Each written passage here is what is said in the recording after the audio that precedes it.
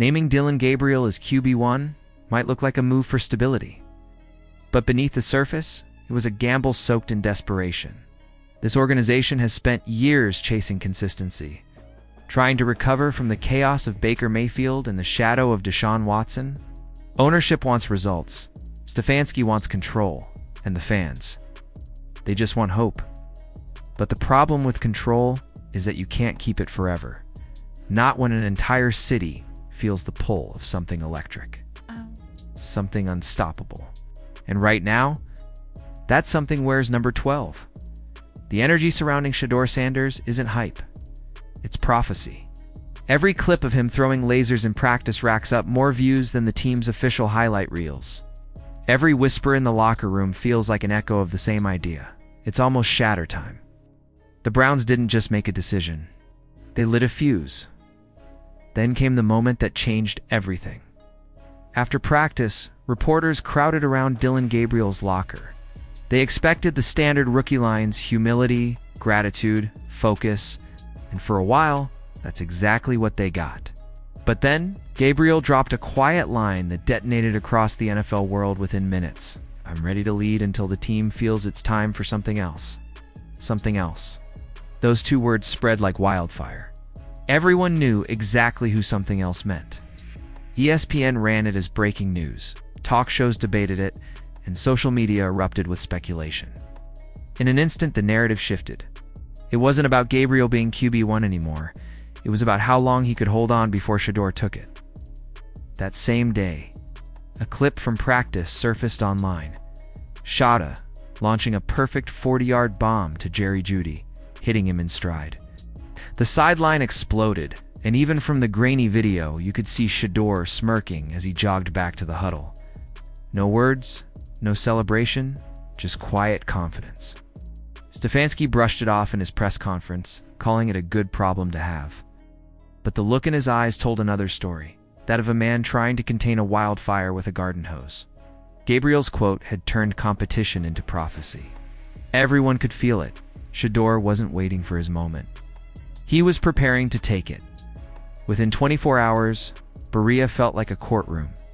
Every comment, every headline, every sidelong glance was being dissected. Stefanski tried to project calm, but insiders whispered that he was furious. The clean rollout of his quarterback plan had collapsed into chaos. In a closed-door meeting, ownership demanded answers. Jimmy Haslam reportedly slammed the table, asking why every headline was now about Shedeur. Andrew Berry, the GM, tried to defend the process, insisting it was all part of a long-term plan. But even he couldn't deny the metrics. Every post about Shadur Sanders was outperforming official game content by miles. Meanwhile, players like Myles Garrett and Jerry Jeudy were joking in the locker room that the offense just feels different when Shedeur's under center. That kind of talk spreads fast. By the time Stefanski faced the press again, his words felt hollow. He could preach about competition all he wanted, but the truth was already written on the field and in the hearts of the players. Inside the quarterback room, the tension is heavy. On paper, it's mentorship. Gabriel leading, Shadur learning. But in reality, it feels like a quiet war. Every time film rolls, players notice which mistakes get emphasized and which don't. Gabriel is technically sound, the kind of QB coaches love. But Shedeur? He's magnetic.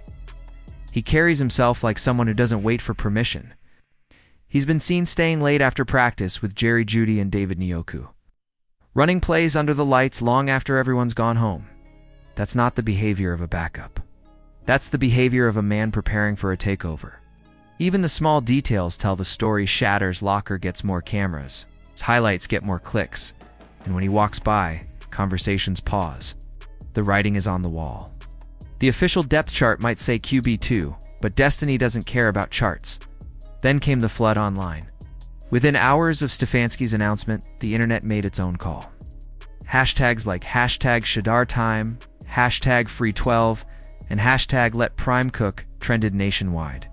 Fan edits showed Shedeur in slow motion, captions reading "You can't bench Destiny."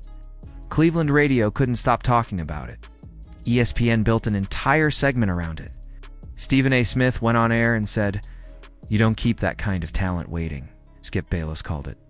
The most awkward QB situation in the league, while Shannon Sharp just laughed and said, "Stefanski's coaching like he's scared of a highlight reel." Even fans at training camp started chanting Shadur's name. Hand-painted signs lined the fences. Play number 12 in Cleveland's future. The message was loud and clear. This wasn't just support. It was a movement. The Browns' PR team tried to spin it, tweeting out motivational posts about teamwork and patience. But every tweet got drowned out by memes and GIFs of Shadur. The narrative had escaped their control. The people had chosen their quarterback. But while the internet roared, the real story unfolded quietly on the practice field. Reporters started to notice something different: Shadur's shadow reps. When he took the field with the second team, it didn't look like backup drills.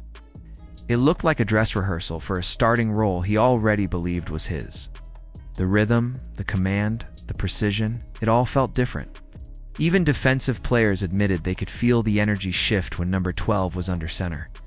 "Feels like game day when 12's in there," Myles Garrett was overheard saying. "That's not something you can coach. That's presence."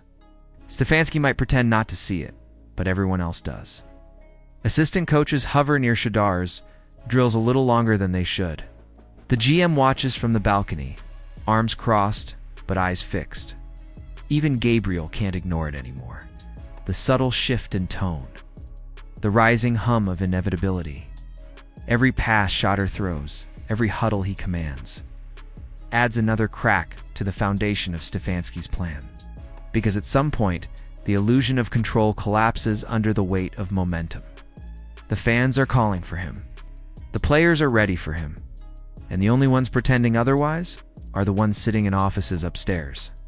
Behind closed doors, even the assistants whisper about it. "It's like we're pretending the future isn't already here," one reportedly said. The veterans, usually quiet in these moments, have stopped pretending to. They've seen this before.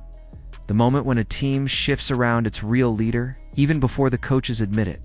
It's not division. It's inevitability. So here we are. Dylan Gabriel might have the title, but Shadur Sanders has the room. The Browns can keep up the act for a few more weeks, maybe a few more games, but the truth has already taken root. The fans know it. The players know it.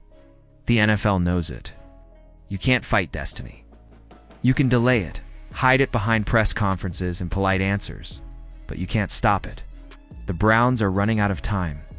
And when the switch finally happens, when Shadur Sanders steps up under the bright lights of Cleveland, the noise in that stadium will be deafening, because this isn't just about a quarterback competition. It's about a franchise searching for its heartbeat. And right now, that heartbeat belongs to number 12. The clock is ticking. The takeover has already begun. So what do you think, Cleveland fans? Does Stefanski make